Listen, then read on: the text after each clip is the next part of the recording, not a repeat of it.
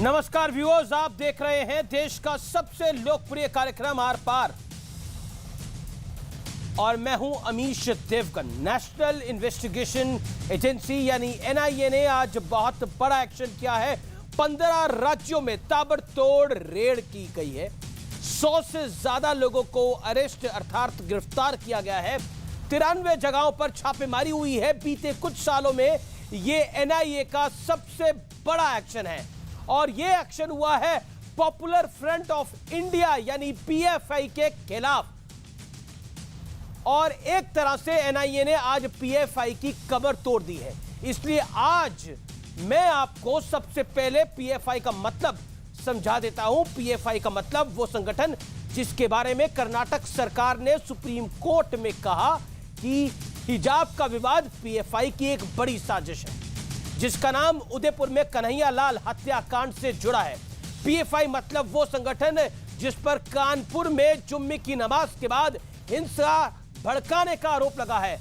PFI मतलब वो संगठन जिस पर दिल्ली के जहांगीरपुरी में शोभा यात्रा के दौरान हिंसा करने का, पत्थर फेंकने तक का आरोप लगा है, पेट्रोल बम तक चलाने का आरोप लगा है।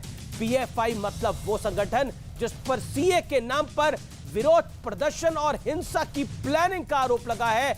और तो और पीएफआई का मतलब वो संगठन जिस पर सिमी से कनेक्शन का भी आरोप लग चुका है।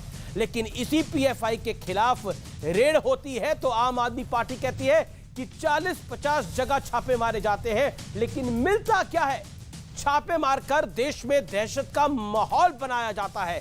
कांग्रेस कह रही है कि बीजेपी हमेशा महंगाई और बेरोजगारी के मुद्दे से ध्यान भटकाना चाहती है, इसी तरह एक्शन करती है जब जब वो ये चाहती है। सवाल है, क्या राष्ट्रीय सुरक्षा को ताक पर रखकर सियासत होगी? आज इसी पर होगी देश की सबसे बड़ी बहस। पीएफआई का नंबर आखिरकार आ ही गया।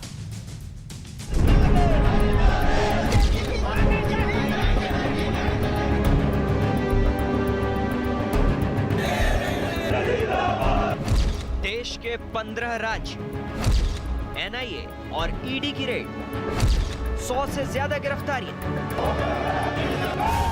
पीएफआई के खिलाफ एनआईए और ईडी की सबसे बड़ी छापेमारी हो रही है। देश के 15 राज्यों में पीएफआई की कुंडली को खंगाला जा रहा है। एक के बाद एक ताबड़तोड़ गिरफ्तारियां हो रही हैं।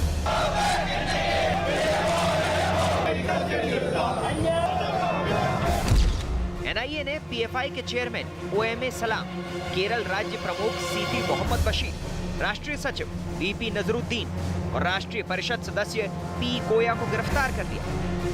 सिमी जो एक राष्ट्र विरोधी गतिविधियों में संलिप्त रहने वाला संगठन था, उसी का बदला हुआ रूप पीएफआई है। और देश विरोधी कोई भी गतिविधि न प्रदेश में और न देश में अब स्वीकार नहीं की जा सकती।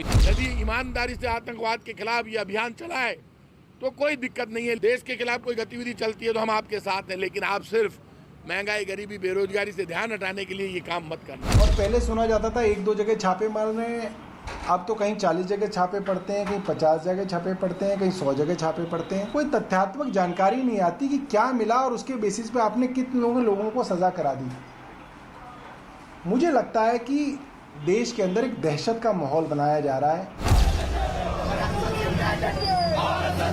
बुधवार को गृह मंत्री अमित शाह ने एक हाई लेवल बैठक में एनएसए, गृह सचिव और एनआईए के निदेशक मौजूद रहे। इसी बैठक में एनआईए और ईडी की रेड पर विस्तार से चर्चा हुई। लंबे वक्त से पीएफआई पर बैन लगाने की मांग उठ रही है, तो क्या अब मान लिया जाए कि पीएफआई के दिन पूरे हो चुके हैं?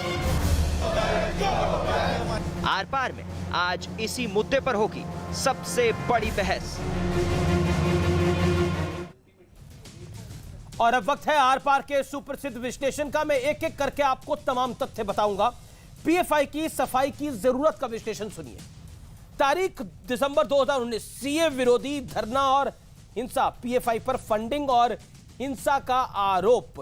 तारीख फरवरी 2020, दिल्ली के कई हिस्सों में मजहबी हिंसा, पीएफआई पर साजिश रचने और फंडिंग का आरोप। ये सबसे बड़ी बात है। अप्रैल 2022 में आते हैं, शोभा यात्राओं पर जो पत्थरबाजी हुई, कई शहरों में हिंसा और आरोप पीएफआई पर। याद करिए शोभा यात्राओं पर जब पत्थरबाजी लगातार हो रही थी। जून 2022 गलाकाट साजिश में पीएफआई का नाम, उदयपुर में कन्हैया लाल साहू की गला रेत कर हत्या कर दी गई, उसका कनेक्शन भी पीएफआई के साथ निकला। जून 2022 कानपुर हिंसा में आरोप है कि जुम्मे की नमाज के बाद राष्ट्रपति और प्रधानमंत्री की मौजूदगी के दिन हिंसा का नंगा नाच होता है और उसमें भी पीएफआई का एक एंगल था। जुलाई 2022 ये सबसे महत्वपूर्ण है। बिहार में फुलवारी शरीफ मॉडल का पर्दाफाश होता है। 2047 तक भारत को इस्लामिक देश बनाने की प्लानिंग थी और ये डॉक्यूमेंट किसी और ने नहीं, बिहार पुलिस ने ही रिलीज किया था। ये सबसे बड़ा खुलासा था जिसके बाद पूरा तूफान खड़ा हो गया। ये तारीख एक बार फिर नोट कर लीजिए, तारीख जुलाई 2022, यानी भारत को इस्लामिक राष्ट्र बनाने की बात। ये तथ्य जब निकल के सामने आया फुलवारी शरीफ से तो बहुत चीजें सामने आई फुलवारी शरीफ के मॉडल से। बढ़ता हूं मैं आगे। सितंबर 2022 हिजाब विवाद से जुड़ा पीएफआई का लिंक, सुप्रीम कोर्ट में कर्नाटक की बीजेपी सरकार ने इसे पीएफआई की साजिश कहा कि इस आंदोलन को बड़ा किया गया। आपको याद होगा ओवैसी से लेकर तमाम बड़े नेता, पूरी की पूरी एआईएमएम इनके हिजाब के समर्थन में खड़ी थी, पूरी मौलाना ब्रिगेड हिजाब के समर्थन में खड़ी थी, लेकिन पीछे पीएफआई था। बड़ा सवाल, क्या पीएफआई पर संपूर्ण बैन लगना चाहिए? संपूर्ण पाबंदी का वक्त आ गया है। That's a big question tonight. मेरे साथ आज कौन कौन जुड़ा मेरे साथ इस चर्चा में? आरएसएन सिंह हैं, उनका अभिनंदन है, रक्षा विशेषज्ञ हैं। मेरे साथ इस चर्चा में शरफुद्दीन अहमद साहब हैं, एसडीपीआई के सीनियर मेंबर हैं, उनका अभिनंदन है, जनरल सेक्रेटरी हैं। शादाब चौहान है, नेता पीस पार्टी के, उनका अभिनंदन है। दानिश कुरैशी जाने माने मुस्लिम चिंतक मेरे साथ जुड़ेंगे। असगर खान पेशे से वकील है, उनका अभिनंदन है। मेरे साथ रिजवान अहमद है, अब पेशे से वकील भी हैं और अब इस्लाम के बारे में जानकारी भी रखते हैं, उनका भी अभिनंदन है। आप और मेरे साथ तमाम मेहमान इस समय जुड़ रहे हैं। लेकिन आरएसएन सिंह, ये कितना महत्वपूर्ण है जो एनआईए ने आज इतनी बड़ी रेड्स करी है? बहुत बहुत देर से रेड हुई है। ये रेड कम से कम 5 साल पहले होनी चाहिए थी, क्योंकि मैं इस ऑर्गेनाइजेशन का ट्रैजेक्टरी बहुत दिनों से फॉलो कर रहा हूँ। आपको मालूम है ये अल-कायदा तालिबान के साथ इनके लिंक है, मैं नहीं ऐसा कह रहा। ये बात तो 2012 में एफिडेविट पे केरला हाई कोर्ट में वहाँ की केरला की पुलिस ने ये दिया था। इनके यहाँ रेड हुए थे, कई बार रेड हुए, 2010 में हुए, 2012 में हुए, अल-कायदा के लिटरेचर मिले।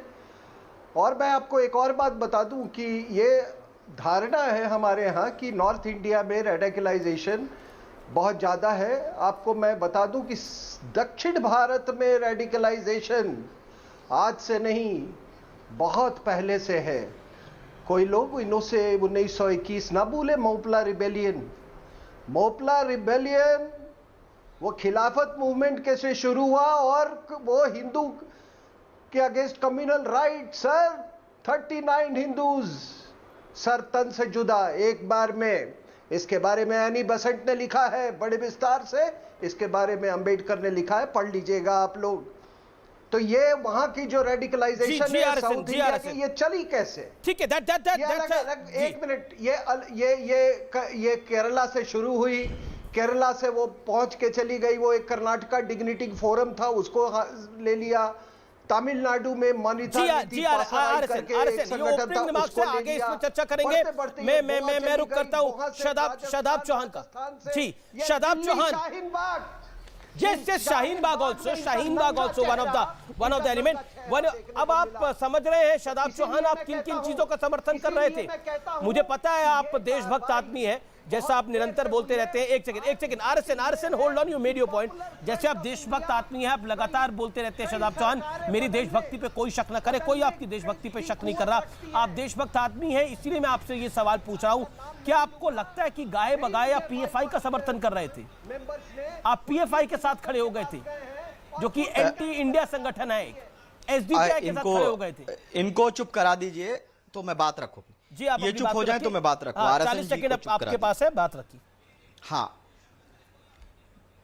पहली बात तो अमीश भाई बहुत स्पष्टता के साथ कहें कि हम लोग हर तरह के टेररिज्म को कंडम करते हैं, चाहे वो अजमल कसाब हो या नथुराम गोडसे हो, लेकिन एनआईए की एक्टिविटीज बहुत बार शक के दायरे में रही हैं। निसारुद्दीन 23 साल जेल में रहे, गुलजार बानी 16 साल, जहीरुद्दीन 23 साल, अब आमिर खान 14 साल, हबीब 14 साल, हुसैन 12 साल, उसके बाद अक्षरधाम ब्लास्ट में लोग 11 साल जेल में रहे, इरशाद और मौरूफ मक्का मस्जिद बम ब्लास्ट में ये लोग जेल में रहे 20-20 साल, उसके बाद अदालत ने इनको बरी किया, इनकी जिंदगी बर्बाद कर दी एनआईए ने। तो कोई एक्टिविटी अगर हुई है, कोई एक इंडिविजुअल गलत करता है तो ऑर्गेनाइजेशन को कैसा करेंगे आप? और एनआईए को प्रेस कॉन्फ्रेंस करके बताना चाहिए कि कितने टेररिस्ट लिंक मिले। तीसरी चीज, बजरंग दल क्या कहता है? एक सेकंड यहां विराम देते हैं थोड़ी देर के लिए। शदाब एक second, Shadab hold on, audio down करना पड़ेगा मुझे। ना आपने 50 सेकंड अपनी बात को रखा। आपको शक एनआईए पर है, आपको भरोसा पीएफआई और एसडीपीआई पे है, ऐसा मानूं मैं?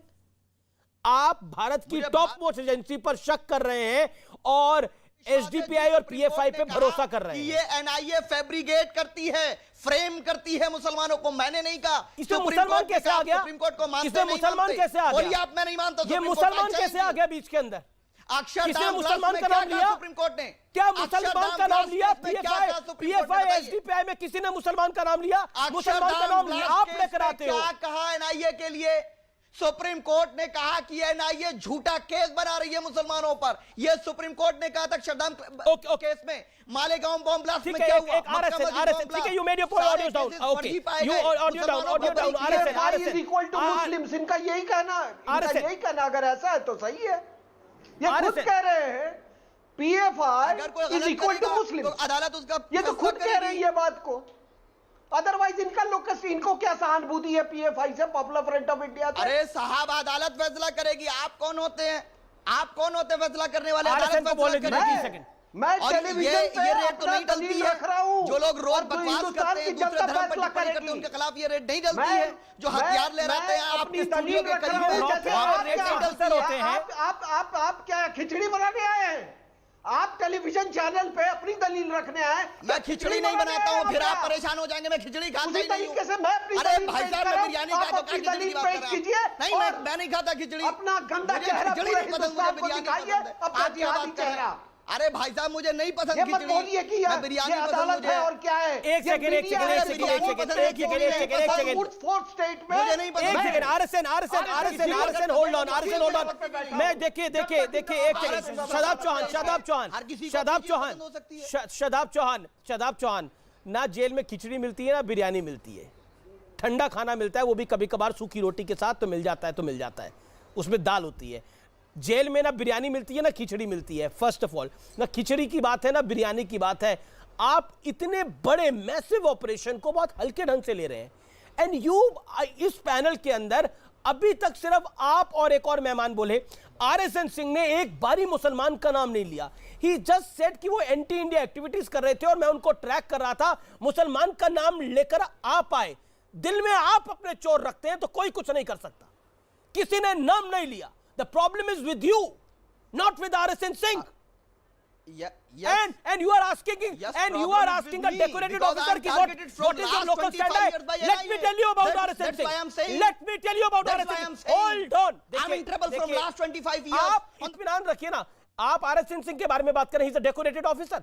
रॉ में रहे, आर्मी में रहे, अपने कर्तव्य का निर्वहन किया और मुझे उम्मीद है कि वो रिटायरमेंट होने के बाद भी अपने कर्तव्य का निर्वहन कर रहे हैं जो मां भारती के लिए करना चाहिए किसी भी व्यक्ति को। आप अपनी बात रखिए। मैंने बोला आप भी देशभक्त आदमी हैं, आपको पीएफआई पर रेड हुई तो बड़ी आपको तो अच्छा ही लगा होगा, लेकिन आपने तो इसको बोल दिया कि एनआईए, आप एनआईए पे शक कर रहे हैं। कमाल की बात हो गई। और पीएफआई को क्लीन चिट दे रहे हैं। RSN 30 seconds. नहीं, इनसे पूछिए कि क्या इन्वेस्टिगेट करने के लिए पाकिस्तान की कोई एजेंसी ले आए? किस पे भरोसा करते हैं? अगर हिंदुस्तान में किसी पे तो भरोसा करते होंगे। वो तो बुलाते हैं मोदी जी। आईएसआई आई थी, महंगाई बढ़ रही है, ये महंगाई का बढ़ने का मतलब है कि आप जिहाद करेंगे। आपके मित्र ने आईएसआई को बुलाया था, प्रेम से हमने ऑडियो बंद करिए। आप यहाँ सेक्स लेस बना के भेजेंगे? आप इस्लामिक स्टेट में आप लोगों को जबरदस्ती भेजेंगे? इस्लामिक स्टेट खुरासान अफगानिस्तान में और सीरिया में क्या मतलब है आपका?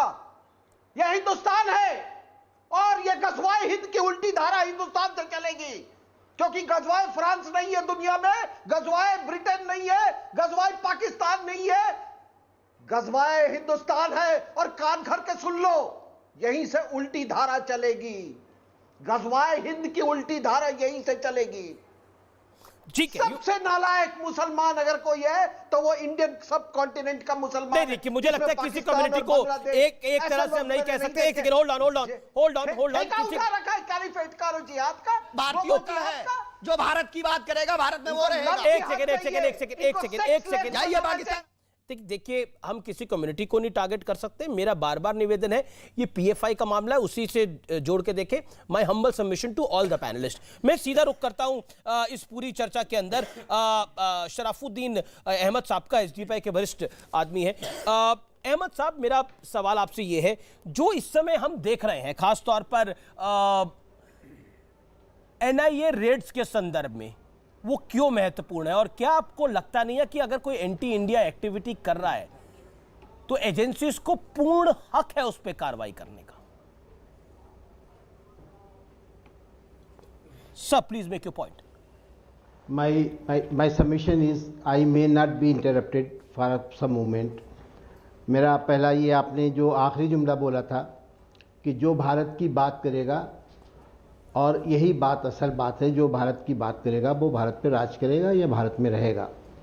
तो सबसे पहले एसडीपीआई अनइक्विवोकली ये बात कहती है कि जो मुल्क का में रूल ऑफ लॉ है, बालादस्ती कानून की, और जो यहाँ पर इम्प्लीमेंटेशन ऑफ कॉन्स्टिट्यूशन है, जो संविधान सबसे ऊंचा है, उसको हर एक को मानना पड़ेगा, और उसी के दायरे में मुल्क में पॉलिटिक्स हो या सोशल समाज की सर्विस हो, सब यही करना पड़ेगी। अब जो बात है वो मैं इस सिलसिले में, चूँकि एनआईए की बात हो रही है, और एनआईए ने अब तक बहुत बार पीएफआई और एसडीपीआई के ख़िलाफ़ केसेस किए हैं, लेकिन उन केसेस का नतीजा क्या निकला आपको देखना ये पड़ेगा। उसका नतीजा क्या हुआ ओवरऑल, अगर हम रिकॉर्ड देखें, तो यहाँ चूँकि पुलिस ऑफिसर बैठे हैं तो उन्हें मालूम होगा कि अभी तक जो रिप्रेसिव लॉज के 6000 केसेस मुल्क में दाखिल हुए हैं, उसमें सिर्फ कन्विक्शन 6% है। तो इतना बुरा कन्विक्शन जो मीडिया ट्रायल के जरिए और एक शराफुद्दीन साहब, मिस्टर शराफुद्दीन, आप एनआईए पे शक कर रहे हैं और पीएफआई को, आप पीएफआई पे भरोसा कर रहे हैं? नहीं, ये आपका रटा हुआ जुमला है, जो आप पहले शादाब चौहान पे भी कह चुके हैं। कुछ नए जुमले इस्तेमाल करिए। मेरा ये कहना है कि जो पैथेटिक रिकॉर्ड है उस, हाँ, तो हमारा जुमला ये है कि हमें मीडिया ट्रायल के जरिए कोर्ट के काम को नहीं करना चाहिए। कोर्ट अपना काम करेगा। What about media trial?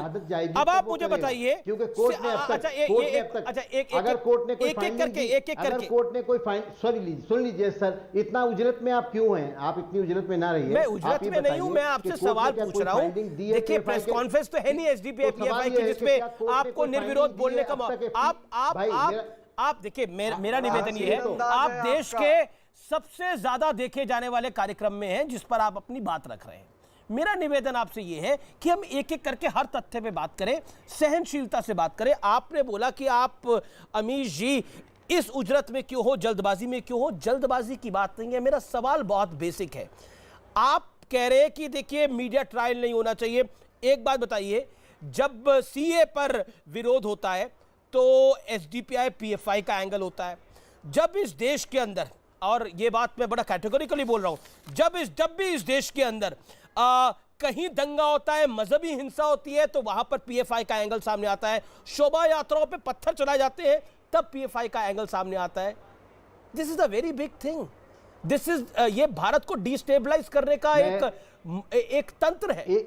और तो और 2047 तक भारत को इस्लामिक राष्ट्र बनाने की बात बिहार पुलिस दिखाती है, कोई और पुलिस नहीं, बिहार पुलिस। वो दूसरी बात भी हम बताएंगे। आपकी बात के दो जवाब हैं। पहली जवाब ये है कि आप ये कहते हैं कि हर जगह आपका नाम आता है।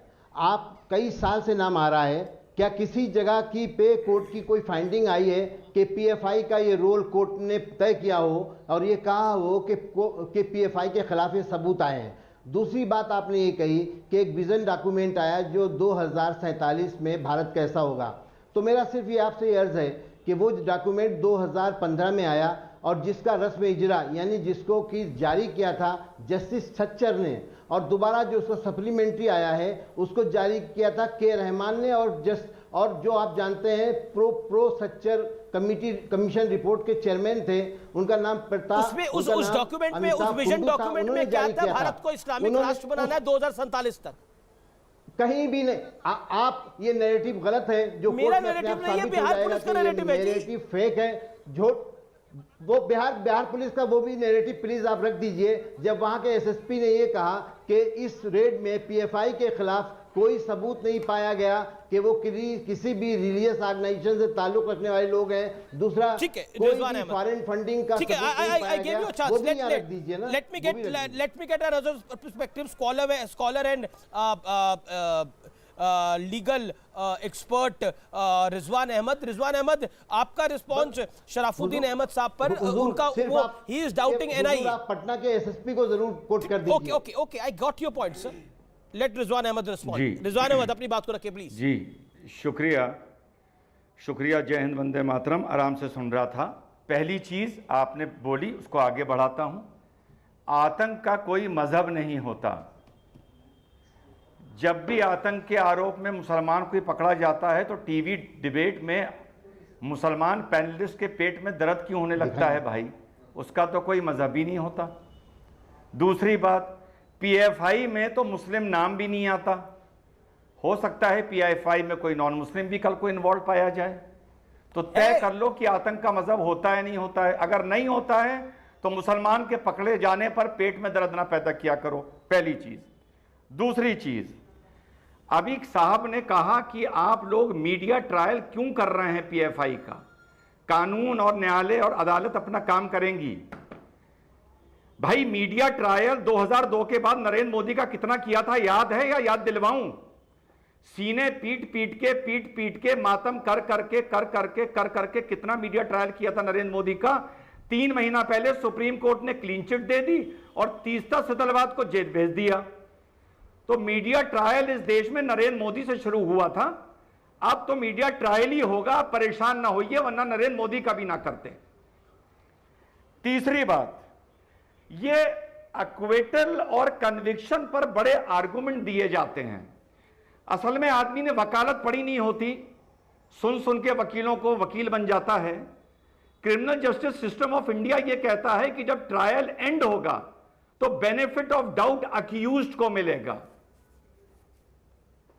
कितने लोग कत्ल करने के बाद 2 साल बाद, 4 साल बाद, 5 साल बाद बाइज्जत बरी हो जाते हैं। इसका मतलब यह नहीं कि कत्ल हुआ नहीं। आरुषि के दिल्ली के केस में फाइनली यह पाया गया कि कातिल नहीं मिला, इसका मतलब यह नहीं कि आरुषि मारी नहीं गई। तो कन्विक्शन रेट रेप में भी है, बलात्कार में भी है, चोरी में भी है, डकैती में भी है। कन्विक्शन रेट पूरे देश में लो है। तो जब कोई मुसलमान निर्दोष साबित करके 5-10 साल बाद छोड़ा जाता है तो लड्डू ना बांटा करिए और उसको बेगुनाह ना कहा करिए, क्योंकि हर एक्यूटल का मतलब यह नहीं होता कि अपराध करने वाला बेगुनाह था। इसका मतलब यह होता है सबूतों के अभाव में। जी ओके। तीसरी चौथी चीज, जी एक छोटा इस पे शराफुद्दीन भी अपनी बात को 40 सेकंड रखना चाहते हैं। अहमद साहब, शराफुद्दीन अहमद जी। देखिए, इसका जवाब ये है कि हमारा जनरल लॉ ये है कि a person is innocent till he is proved guilty. तो वो आदमी जो जब तक कि साबित ना कर दिया जाए कि उसने कोई अपराध किया है, कोई उसने जुर्म किया है, जब तक वो, ये नई डेफिनेशन हम आज सुन रहे हैं। पर एसडीपीआई पीएफआई तो लिप्त है इन सब चीजों में। उसके साथ ये टैग रहे।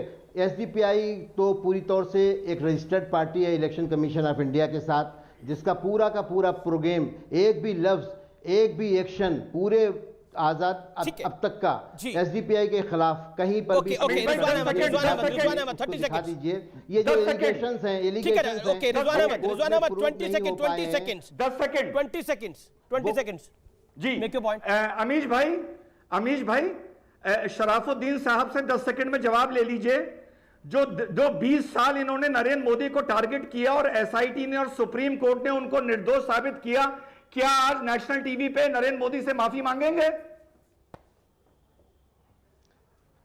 एक minute, first thing it is failure of the system, हमारा नहीं है, उसके लिए हम इंडिविजुअल ना तो जिम्मेदार है ना माफी मांगेंगे। ये आप जैसे लोग जो बहकाते हैं उनका है। मैं कहता हूँ मीडिया ट्रायल से नुकसान हो रहा है मुल्क का। मीडिया ट्रायल ना करिए, कोर्ट को तय करने दीजिए जो कोर्ट का काम है। और फिर बाद में मेलिशियस, आप जैसे आप अपने को वकील कहते हैं तो मेलिशियस प्रोसिक्यूशन के मुकदमे करिए, कोर्ट में ये दिया हुआ है। तो मीडिया ट्रायल की बात मैं जानने की एक प्रयास कर रहा हूं, यहाँ पे इशू क्यों उठा रहे हैं? नहीं, मैं मीडिया ट्रायल की बात हो रही है। रीसेंट का सबसे बड़ा मीडिया ट्रायल कभी-कभी ऐसा होता है कि रिसेंटली पिछले 2 साल के अंदर, एक सेकंड, क्योंकि मीडिया ट्रायल की बात हो रही है। रिसेंटली जो बड़ा मीडिया ट्रायल हुआ, मैं जानना चाहता हूं उसके ऊपर शादाब चौहान भी बहुत बोले थे, आप भी बोले थे, दानिश कुरैशी बहुत, आपके सदर भी बहुत कुछ बोले थे, और सबने बोला था वो था हाथरस में मीडिया ट्रायल के हुआ था कि नहीं हुआ था। कमाल की बात करते हैं आप। खबर होगी, खबर नहीं दिखाई जाएगी। मीडिया बंद हो जाए, सरकारें बंद हो जाए, सिस्टम बंद हो जाए, हमारी बात जानी चाहिए। कमाल की बात है ये तो। Can I respond? Dude, hold on, you will not respond. Danish Qureshi. Can I respond? 30 seconds. देखिए on this. अमिश, मैं तो सिर्फ इतना ही कहूंगा कि जितनी बात रिजवान साहब ने कही है, बेनिफिट ऑफ डाउट की बात, और हम बेनिफिट ऑफ डाउट के बदले जो प्रोसीडिंग्स हुआ है उसमें ही कन्विक्शन देने की बात कर रहे हैं यहाँ पर, जिस तरीके से उनकी बहस नजर आ रही है। मुद्दे की बात एसडीपीआई और पीएफआई संदेह के घेरे में थी कि नहीं थी? अरे बिल्कुल, आप समझिए केंद्र सरकार का अगर ग्रीन सिग्नल ना होता तो ये एनआईए की और ईडी की रेड होनी ही नहीं थी। वो उनकी अपनी सोच है, अच्छी बात है, लेकिन किसी को भी बैन करने अगर कोई हिंदुस्तान विरोधी काम कर रहा था पकड़ा जाए तो बेहतर है कि गलत है? अरे सुनिए मेरी बात, अब से पहले झारखंड के अंदर में क्या प्रतिबंध नहीं लगा था? क्या कहा था झारखंड हाईकोर्ट ने? जो सरकार ने जो रवैया पेश किया था उस पर झारखंड का हाईकोर्ट का ये काउंटर स्टेटमेंट था कि जो आरोप लगाए जा रहे हैं उनमें कोई तथ्य नहीं। मुझे ब्रेक के लिए रुकना पड़ेगा, ब्रेक के लिए शिवम, मैं ब्रेक के बाद आता हूं, आप देखते रहिए आर पार।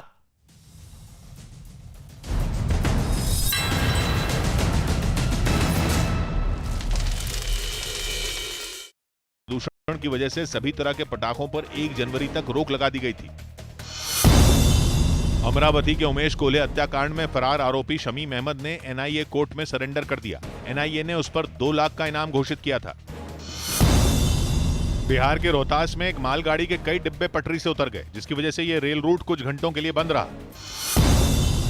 आसनसोल की सीबीआई कोर्ट ने गो तस्करी मामले में घिरे अनुव्रत मंडल की जमानत याचिका खारिज कर दी और उन्हें 14 दिन के लिए जेल भेज दिया। बीजेपी ने पश्चिम बंगाल विधानसभा परिसर में प्रदर्शन किया और बीरभूम जिले में मिले एक बच्चे के शव का मुद्दा उठाया। पश्चिम बंगाल के मुर्शिदाबाद में पुलिस ने कई देसी बम बरामद किए, जिन्हें बाद में नष्ट कर दिया गया। राजस्थान के मुख्यमंत्री अशोक गहलोत ने दिल्ली में कांग्रेस अध्यक्ष सोनिया गांधी से उनके आवास पर मुलाकात की, जिसके बाद ये अटकलें तेज हो गईं कि वो अध्यक्ष पद के लिए नामांकन कर सकते हैं। जो जिम्मेदारी है तो निभाएंगे, चाहे राजस्थान की हो चाहे यहाँ की हो। अध्यक्ष के चुनाव को लेकर जारी हलचल के बीच पार्टी सांसद शशि थरूर ने भी दिल्ली में मधुसूदन मिस्त्री से मुलाकात की। हालांकि उन्होंने चुनाव लड़ने से जुड़े पत्रकारों के सवाल का कोई जवाब नहीं दिया। आप चुनाव लड़ने के लिए तैयार हैं थरूर साहब? कांग्रेस दोपहर तक चुनाव के लिए अधिसूचना जारी कर देगी, जिसके बाद 1 से ज्यादा उम्मीदवार होने पर 17 अक्टूबर को अध्यक्ष पद के लिए मतदान होगा। 10 डेलीगेट इकट्ठा होके किसी को नॉमिनेट करे और वो हाँ कहे तो वो नॉमिनेशन जो है एक्सेप्ट किया जाएगा।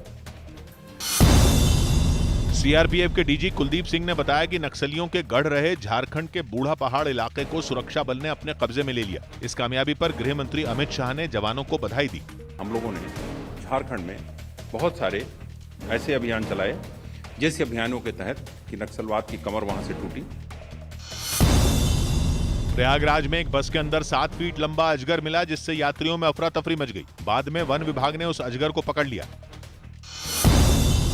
बिहार के वैशाली में पुलिस ने एक स्कूल में छापेमारी की और वहां एक कमरे से शराब की कई पेटियां बरामद करने का दावा किया। पंजाब के राज्यपाल बनवारी लाल पुरोहित ने राज्य सरकार को विधानसभा का विशेष सत्र बुलाने की मंजूरी नहीं दी। भगवंत मान सरकार ने सुबह ये विशेष सत्र बुलाने का ऐलान किया था। गवर्नर पंजाब ने संविधान की रक्षा। यूपी के शाहजहांपुर में पुलिस ने नशीले पदार्थ के साथ 3 आरोपियों को गिरफ्तार कर लिया। जम्मू कश्मीर में बारिश के बाद जमीन खिसकने की वजह से रामबन के पास जम्मू श्रीनगर हाईवे बंद हो गया। गुजरात हाईकोर्ट में एसआईटी ने तीस्ता सितलवाड़ के खिलाफ चार्जशीट दाखिल कर दी। इस दौरान उन पर लगे आरोपों के सबूत भी एसआईटी ने अदालत के सामने रखे। इतना ही नहीं, चार्जशीट में आरोप लगाया गया कि झूठी गवाही के जरिए उस वक्त गुजरात के मुख्यमंत्री रहे नरेंद्र मोदी के खिलाफ भी साजिश रची गई थी। कर्नाटक विधानसभा से जबरन धर्म परिवर्तन रोकने से जुड़ा बिल पास हो गया। सुप्रीम कोर्ट ने दिल्ली की राउज एवेन्यू कोर्ट को निर्देश दिया कि वो सत्येंद्र जैन मामले में ईडी की याचिका पर तुरंत सुनवाई करे। इससे पहले ईडी ने इस केस को दूसरी अदालत में शिफ्ट करने की मांग की थी। ऐसे में सत्येंद्र जैन के वकीलों ने इसका विरोध किया। दिल्ली की राउज एवेन्यू कोर्ट ने आम आदमी पार्टी के विधायक अमानतुल्लाह खान को 5 दिन की एसीबी रिमांड पर भेज दिया। बैंकों में नौकरी के लिए परीक्षाएं आयोजित करने वाली एजेंसी आईबीपीएस ने क्लर्क प्रारंभिक परीक्षा के नतीजे घोषित कर दिए। सरकारी बैंकों में 6000 से ज्यादा क्लर्क के पदों पर भर्ती के लिए यह परीक्षा इसी महीने की 3 और 4 तारीख को आयोजित की गई थी। उत्तर प्रदेश के इटावा में 2 अलग अलग सड़क हादसों में कई लोग घायल हो गए। पहली घटना यात्रियों से भरी एक बस के कंटेनर से टकराने की वजह से हुई, जबकि दूसरी जगह एक कार बेकाबू होकर सड़क पर पलट गई। इलाहाबाद हाईकोर्ट की लखनऊ बेंच ने जेलर को धमकाने के एक पुराने मामले में बाहुबली मुख्तार अंसारी को दोषी करार दिया और उन्हें 7 साल की सजा सुना दी। दिल्ली के रोहिणी इलाके में चोरों ने एक अस्पताल के बाहर खड़ी डॉक्टर की कार को चुरा लिया। पालतू कुत्तों के बढ़ते हमलों को देखते हुए यूपी के मुरादाबाद में एक हाउसिंग सोसाइटी में कड़ा नियम लागू कर दिया गया। वहां बिना मास्क के कुत्तों को घुमाने पर रोक लगा दी गई। साथ ही ये नियम तोड़ने वालों से 500 रुपए जुर्माना भी लिया जाएगा। सोसाइटी के लोगों ने मिलकर यहाँ पे ये डिस्कशन करा कि जो भी डॉगी है वो मास्क लगाए। गुजरात विधानसभा चुनाव की तैयारियों के बीच बीजेपी अध्यक्ष जेपी नड्डा ने गांधीनगर में पार्टी कार्यकर्ताओं के साथ बैठक की। पंजाब के पठानकोट में पुलिस ने अवैध खनन के आरोप में 2 लोगों को गिरफ्तार किया। साथ ही उनके ट्रैक्टर और खुदाई करने वाली मशीन को भी जब्त कर लिया। दिल्ली पुलिस ने धौलाकुआं इलाके से अवैध हथियारों के साथ एक आरोपी को गिरफ्तार कर लिया। जम्मू कश्मीर के सब इंस्पेक्टर भर्ती घोटाला मामले में सीबीआई ने हरियाणा के महेंद्रगढ़ जिले से 2 आरोपियों को गिरफ्तार कर लिया। पटना में आरजेडी दफ्तर में पार्टी नेताओं की एक बैठक हुई, जिसमें आरजेडी अध्यक्ष लालू यादव भी शामिल हुए।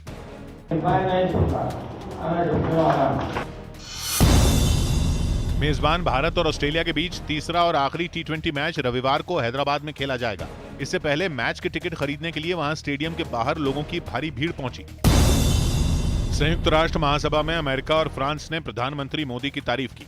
फ्रांस के राष्ट्रपति इमैनुअल मैक्रों ने प्रधानमंत्री मोदी के उस बयान का जिक्र किया जिसमें उन्होंने पुतिन से यह कहा था कि आज का समय युद्ध का नहीं है। The Prime Minister of India was right when he said the time is not for war. Delhi police की आर्थिक अपराध शाखा ने मनी लॉन्ड्रिंग के मामले में जैकलिन फर्नांडिस की डिजाइनर लिपाक्षी से पूछताछ की। गुजरात में चुनाव प्रचार शुरू करने से पहले दिल्ली के उप मुख्यमंत्री मनीष सिसोदिया ने अहमदाबाद में गांधी आश्रम का दौरा किया। केजरीवाल जी से लोग उम्मीद कर रहे हैं। दिल्ली के पास गाजियाबाद में कुछ लोगों पर सड़क पर जन्मदिन का जश्न मनाने का आरोप लगा, जिसके बाद पुलिस ने इस मामले में 5 लोगों को गिरफ्तार कर लिया। डीजीसीए ने एयरलाइंस कंपनी स्पाइस जेट पर लगाए गए बैन को बढ़ा दिया और 29 अक्टूबर तक। Welcome back. आप देख रहे हैं व्यूअर्स आर पार, देश का सबसे ज्यादा देखे जाने वाला लोकप्रिय प्राइम टाइम कार्यक्रम। इस समय की बड़ी ब्रेकिंग स्टोरी है, मैं आपको बता देता हूं। वो ब्रेकिंग स्टोरी ये है कि एनआईए की स्थापना के बाद ये अब तक की सबसे बड़ी रेड है। 300 कर्मचारी इसके अंदर लगे, ऑफिसर्स लगे। एनआईए के पास पीएफआई के कुल 12 केस हैं और 5 एफआईआर के आधार पर यह अब तक की सबसे बड़ी रेड हुई है। It is a massive crackdown of agencies. अगर हम करें देखें तो देश में इससे बड़ी रेड एनआईए ने नहीं डाली है।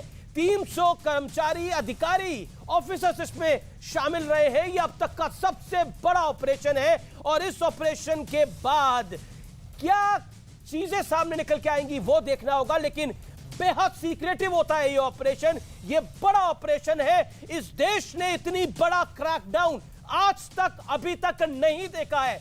Viewers, it is a massive crackdown on PFI, popular front of India. इसीलिए आज मैंने अपने कार्यक्रम आर पार का नाम दिया है।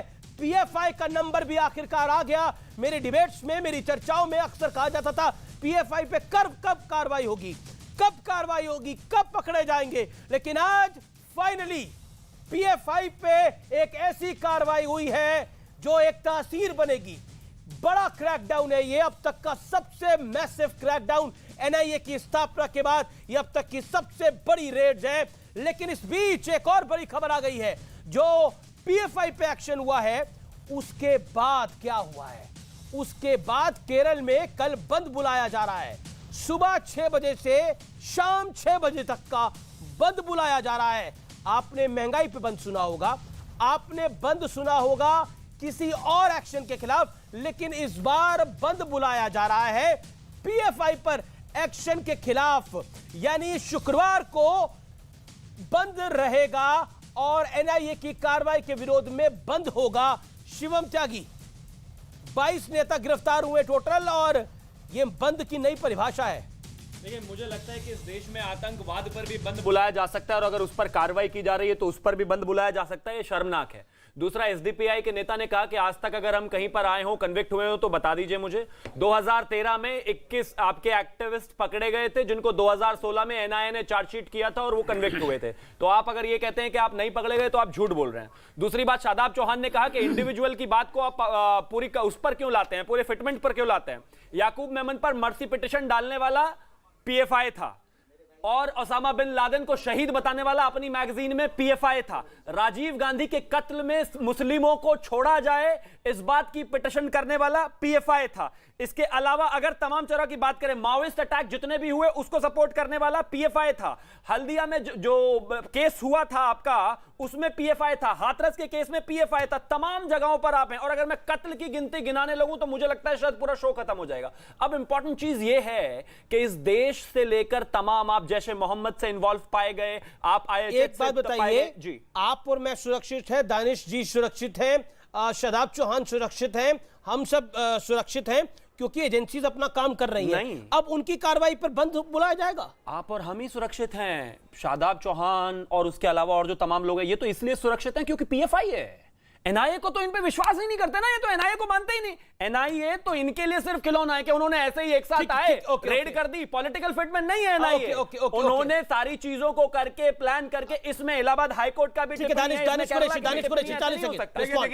शिवम, मैं आपको एक बात बता दूं, बात सुरक्षा की तो एक बात याद रखिए कि हमारे मुल्क में सारे नागरिक सुरक्षित जो हैं वो हमारी सेना और हमारी एजेंसी के ऊपर है। सवाल ये है कि जब उसका स्वागत करिए, सुनिए तो स्वागत करिए ना, सुनिए, जब बंद का खंडन करिए, बंद का खंडन करिए। दानिश ऐसे नहीं, बंद का खंडन करिए। आपको लगता है गलत है? सुनिए मेरी बात, सुनिए। अगर मुझे तो नहीं लगता कि उसको खंडन करने की जरूरत है या वेलकम करने की जरूरत है। अगर लगता है कि एंटी डेमोक्रेटिक ये पूरा प्रोसेस है, क्या कॉल है, तो मुझे लगता है कि उसके खिलाफ आपकी राय क्या है? वैसे तो हर बात पे राय रखते हैं, वैसे तो हर बात पे राय रखते हैं। इस पर आप इस देश में सुनिए, मैं तो ये मानता हूं कि इस देश में सबके पास संवैधानिक अधिकार है, और अगर वो क्या संवैधानिक अधिकार है अगर कोई आतंकवादी गतिविधि में लिप्त है उसको बचाने का भी?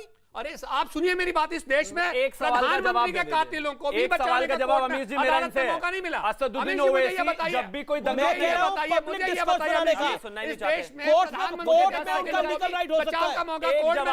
अमीर जी आप दिलवा दीजिए अपनी तरफ से। असदुद्दीन ओवैसी हर बात पर ये कहते थे कि अगर पीएफआई हर दंगे में है तो इसको बैन क्यों नहीं करते। मेरी बात जब बैन कर रहे हैं तो कह रहे हैं अपना राइट। क्या इस देश में प्रधानमंत्री के कातिलों को बचाव का अधिकार है? तो बाकी के लोगों को नहीं है, बाकी लोगों को नहीं है। दूसरे नंबर की बात आप कह रहे हैं, सुनिए मेरी बात, कि जो आज मैं आप फिर से कह रहा हूं कि एजेंसी ने आज कार्रवाई की है, एजेंसी की कार्रवाई कन्विक्शन तो नहीं है, ऑर्डर तो नहीं है। All audios down. Karnail Singh joins me, former director ED. Karnail ji, स्वागत है आपका न्यूज 18 पर आर पार में। My straight question to you sir tonight is, and it is a big one. बार बार एनआईए की जब रेड्स की बात हो रही है तो बोल रहा है कि कन्विक्शन रेट कम है। एनआईए कार्रवाई कर रही है तो वो बता क्यों नहीं रही है? प्रोसीजर क्या होता है, सिस्टम क्या होता है? और अभी तक जो हमारे पास जानकारी आई है मिस्टर करनैल सिंह, वो ये है कि ये एनआईए की स्थापना के बाद उसकी सबसे बड़ी रेड है। देखिए, बहुत इंपॉर्टेंट रेड्स हैं ये जो हो रही हैं। जो डिसरप्टिव फोर्सेस हमारी कंट्री में, हमें उन पे एक्शन लेने की जरूरत है, क्योंकि ये डिसरप्टिव फोर्सेस जो हैं इंटरनल सिक्योरिटी को अफेक्ट करती हैं, और इन फोर्सेस को कोई भी एक्सटर्नल एजेंसी भी यूज कर सकती है। एंड पास्ट में देखा गया है, जैसे इंडियन मुजाहिदीन बनी थी, उसको एक्सटर्नल एजेंसीज ने यूज किया था।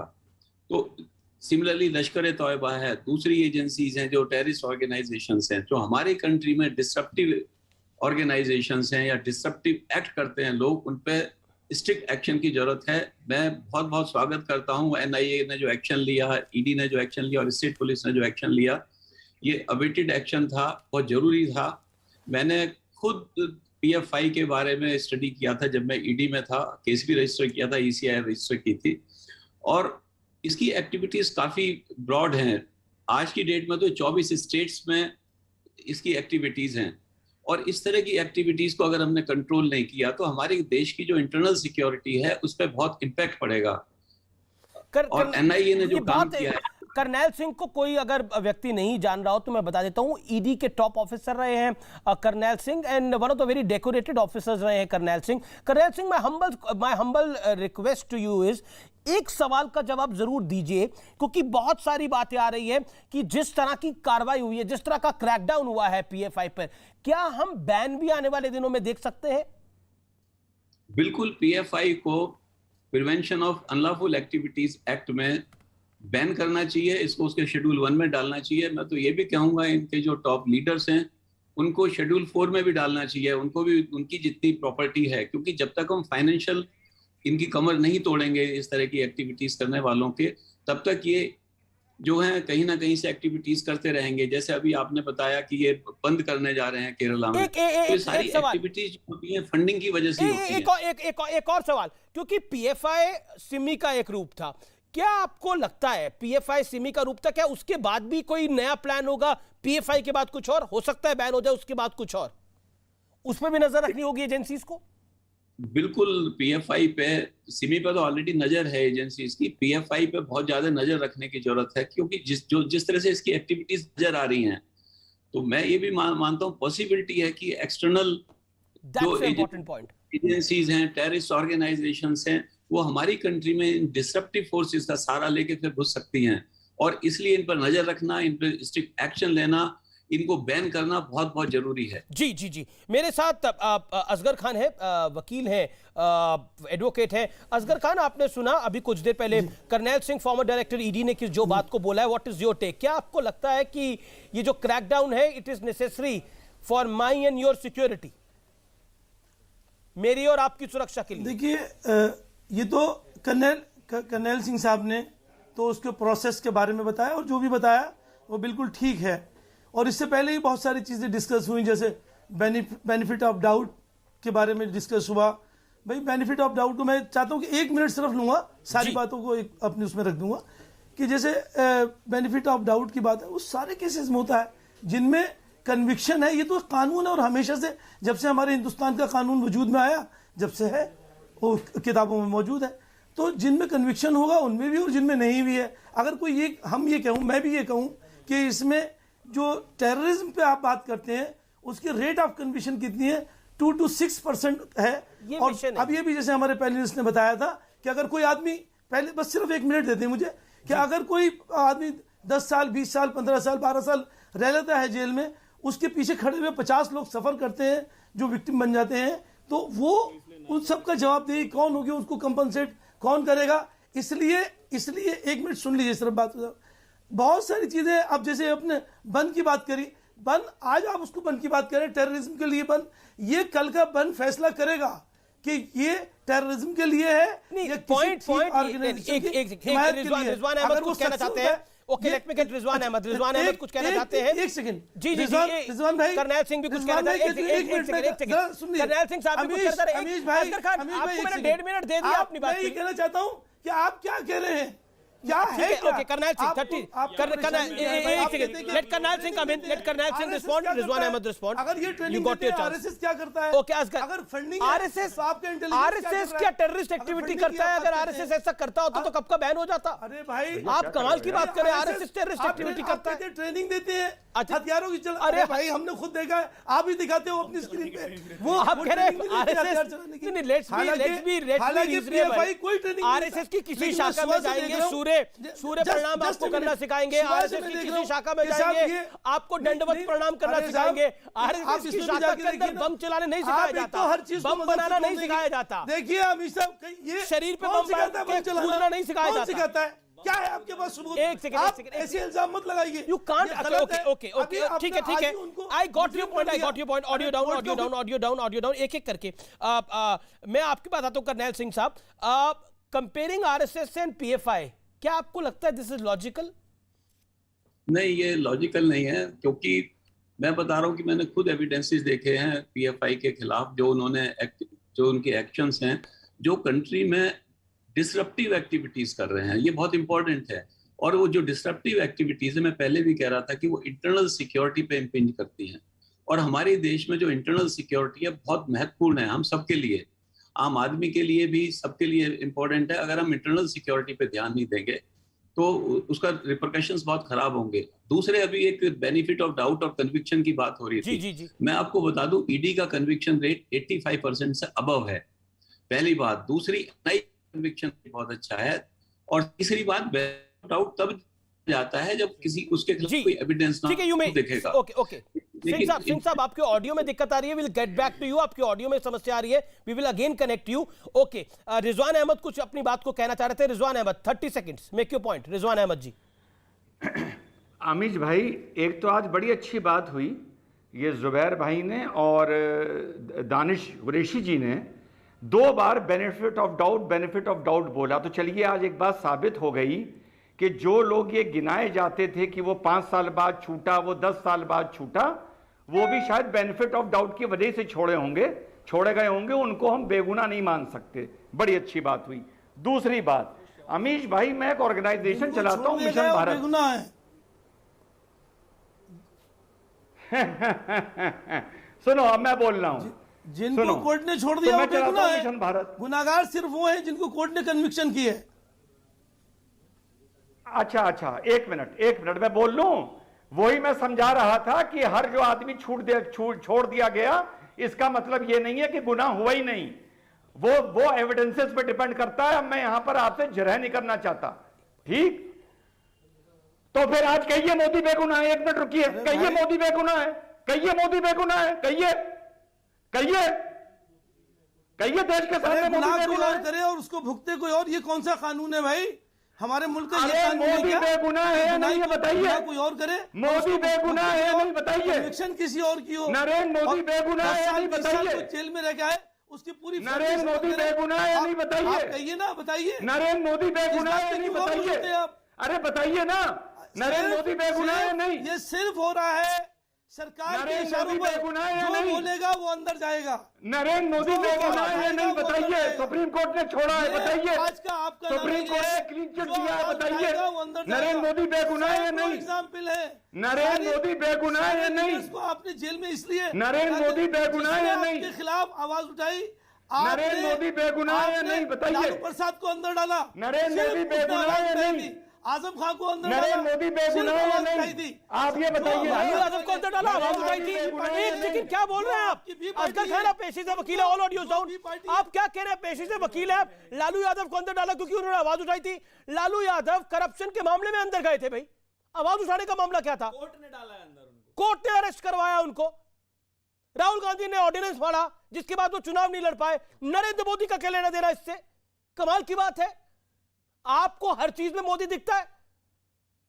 कमाल की बात है। असगर खान आप पेशे से वकील है, you are advocate and you are saying this. कमाल की बात है। मतलब इलॉजिकल होने की भी एक प्रक्रिया होती है, आप उस प्रक्रिया को तो फॉलो करिए इलॉजिकल होने की। शिवम त्यागी 30 सेकंड देन। देखिए, मुझे लगता है कि चाहे कोई कितना भी बेनिफिट ऑफ डाउट की बात करे, किसी भी चीज की बात करे, ये सच्चाई है इस देश की। पिछले कुछ दशकों से इस देश में अगर एक गली से लेकर और शहर तक जलाए गए हैं तो वहां पर हर जगह पीएफआई का नाम आया है। चाहे कांग्रेस के राज्य रहे हों, चाहे बीजेपी के राज्य रहे हों, चाहे किसी और के राज्य रहे हों, नुकसान आम आदमी को हुआ है। हिंदू मुसलमान सिख ईसाई सबको हुआ। आज ये सबके लिए खुशी की बात है कि जिस काम को कोई सरकार नहीं कर पाई, इस सरकार ने करके दिखा दिया कि हम, अगर आप इस देश के खिलाफ जाओगे तो आपकी दुकान बंद कर देंगे। कर्नैल सिंह साहब जो बात बोल रहे थे, कर्नैल सिंह साहब जो बात बोल रहे थे बड़ी इंपॉर्टेंट है कि क्या कोई आउटसाइड फोर्सेस का हाथ है? अमीश जी, टर्की में एक संस्था है IHH जो कि आतंकवाद के लिए काम करती है। पिछले दिनों पॉपुलर फ्रंट ऑफ इंडिया के लोग उनसे मिलकर आए हैं। ये जैश ए मोहम्मद से मिलकर काम करते हैं। हर जगह काम करते हैं। You made your point. Shadab Chauhan पहली चीज ये है अमीश भाई, अभी अमीश मुझे भाई, एक मैसेज सबूत है प्राप्त कोई हुआ कि प्रोग्राम में जो व्यक्ति आरएसएस सिंह बैठे हैं, उन्होंने भारत के मुसलमानों को नालायक कहा। भारत के मुसलमानों को नालायक कहा। आपके प्रोग्राम में कहेंगे तो मैं वीडियो भी चला दूंगा। उनसे माफी मंगाइए, उनको पैनल से बाहर करिए। कोई हिंदू को नालायक कहे, मुसलमान को नालायक नहीं कहना चाहिए। ये सुप्रीम कोर्ट ने इसीलिए कहा कि टीवी चैनलों में ये सब चल रहा है। किसी धर्म को नालायक कहेंगे? किसी की औकात है कितनी? अरे तो शिवलिंग को गाली देने वाला भी तो बैठा है इसी पैनल में। उसको कंडम कीजिए अमीश भाई। अरे शिवलिंग को गाली देने वाला भी तो शादाब चौहान इसी पैनल में बैठा है। दोनों एक ना आते दो बैठे हुए हैं। अगर पर्सनल बात करेंगे तो फिर नहीं ये फिर बात ठीक नहीं है।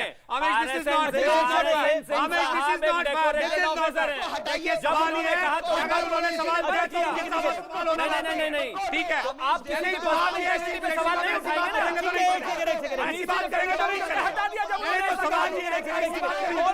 All audios down. Karnail Singh कुछ कहना चाह रहे हैं।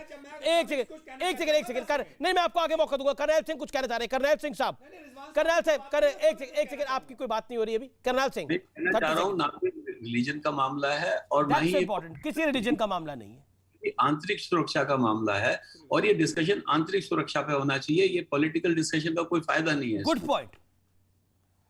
गुड पॉइंट करनैल सिंह साहब। इसमें ये मैं बार बार बोल रहा हूं, इसमें मुसलमान हिंदू की बात नहीं है, ये एक आंतरिक सुरक्षा का मामला है। Okay, Shivam Tyagi wants to ask a question, short question. जी बस मैं सिर्फ एक इतनी चीज पूछना चाहता हूं कि जिस तरह से सिमी को बैन करने के बाद पीएफआई निकल आया, अगर सही से प्रिपरेशन नहीं करेंगे तो कहीं ऐसा तो नहीं है कि कल पीएफआई बैन करेंगे तो कुछ और निकल आएगा? इसके लिए परमानेंट सोल्यूशन क्या हो सकता है? Okay Karnail Singh, 10 seconds. हटाइए, ऐसे जानवरों के साथ डिबेट नहीं करना। जो ओके। भारत में कोई किसी के धर्म को गाली नहीं देता। जानवर जिहादी, अब जिहादी। ओके करनैल सिंह जी। हाँ, क्या प्रश्न है, आप बताएंगे? उनका सवाल बड़ा बेसिक है। उनका सवाल ये है कि सिमी को जब बैन किया गया तो उसका फिटमेंट पीएफआई आ गया। आज जब पीएफआई को पूरी तरीके से बैन करेंगे तो कहीं ऐसा तो नहीं है कि कल से फिर कोई नया प्लेयर खड़ा हो जाएगा? क्योंकि रेडिकलाइज करने वाले लोगों के पास इन चीजों की तो कमी नहीं होती है, तो हम इसे रोकेंगे कैसे?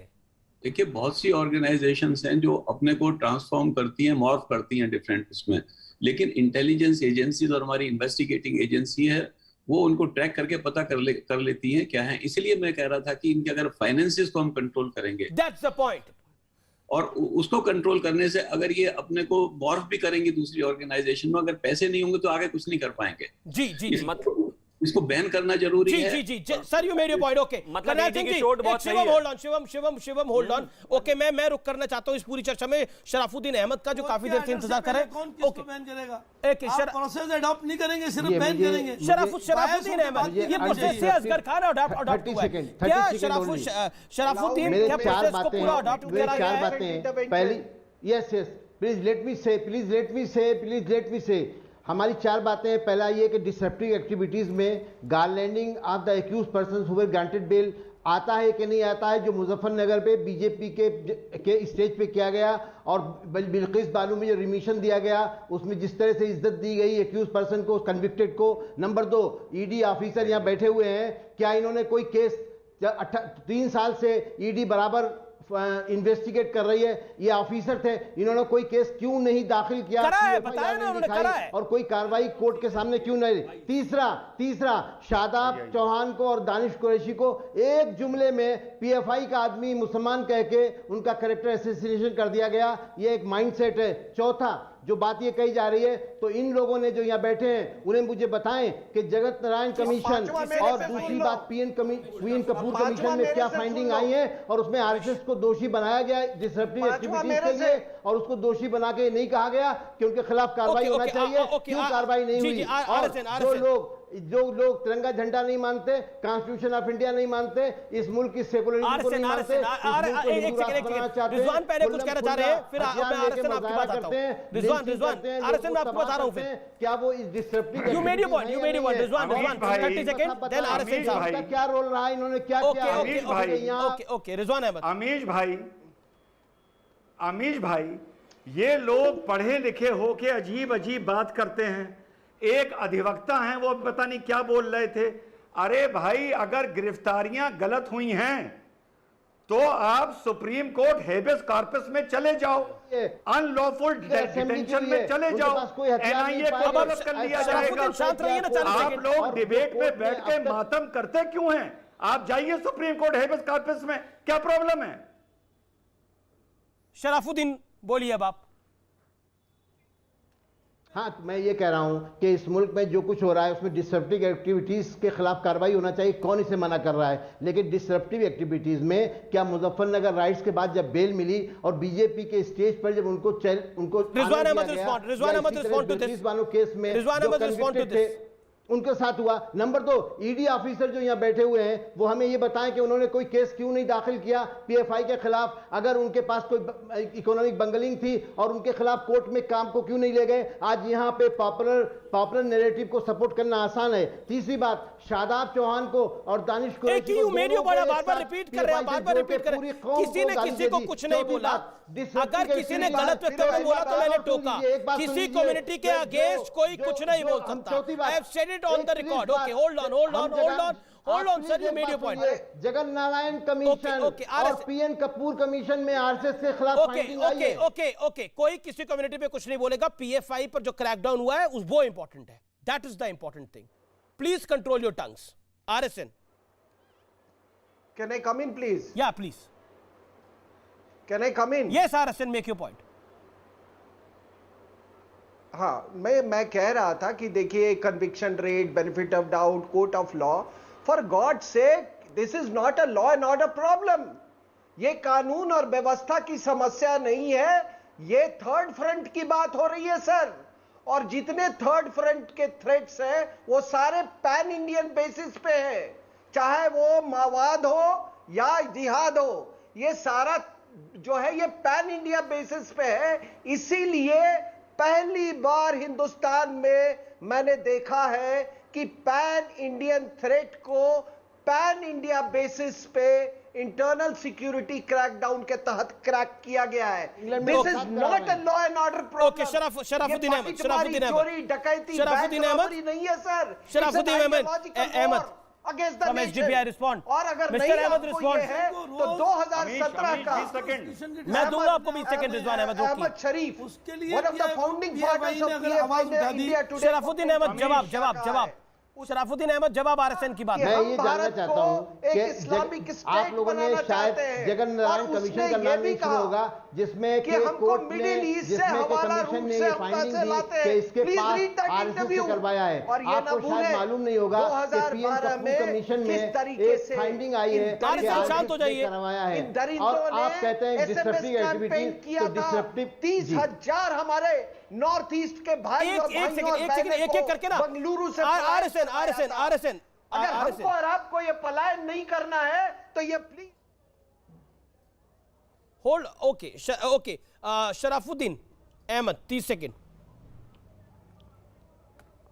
देखिए, मुसलमान अपनी इस मुल्क के लिए वफादारी 1947 में साबित कर चुका, जब वो थ्योरोक्रेटिक स्टेट नहीं गया और उसने कहा हम इस मुल्क के सेकुलर, इंक्लूसिव और ब्रदरहुड में यकीन रखते हैं, इसलिए मुल्क में रहेंगे और यहाँ के डेमोक्रेटिक सिस्टम में जिएंगे। वो डेमोक्रेटिक सिस्टम में सर्वाइव भी कर सकता है। मुस्लिम वाली बात ही नहीं है ना कोई।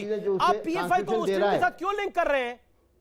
किसी ने करा? नहीं, अभी आपने जोड़ा, अभी जोड़ा गया, ये कहा गया शादाब कुरैशी, दानिश कुरैशी और शादाब चौहान बहुत सेफ हैं क्योंकि मुसलमान हैं। आप पूरी कौम को किसी ने नहीं बोली ये बात को, नहीं ला सकते। किसी ने नहीं बोली, किसी ने बात ये बोली नहीं, अभी जोड़ी, किसी ने ये बात, नो वन सेड दिस। अभी कर्नल सिंह ने अभी कहा, अभी कर्नल सिंह ने ये बात बोली नहीं, आप कर्नल सिंह ने बोली नहीं, कर्नल सिंह ने बोला ही नहीं है। ओके, कर्नल सिंह किसी ने नहीं बोला।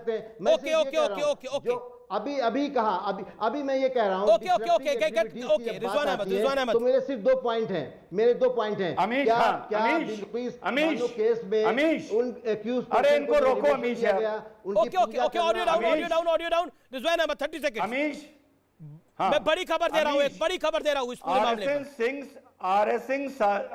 RSN साहब ने जो बोला वो क्यों बोला? जब आपने डिबेट ओपन किया था आपने क्या मुसलमान का नाम लिया था? नहीं लिया था। पीएफआई में इस्लाम वर्ड आता है? नहीं आता है, नहीं आता है। लेकिन इस डिबेट में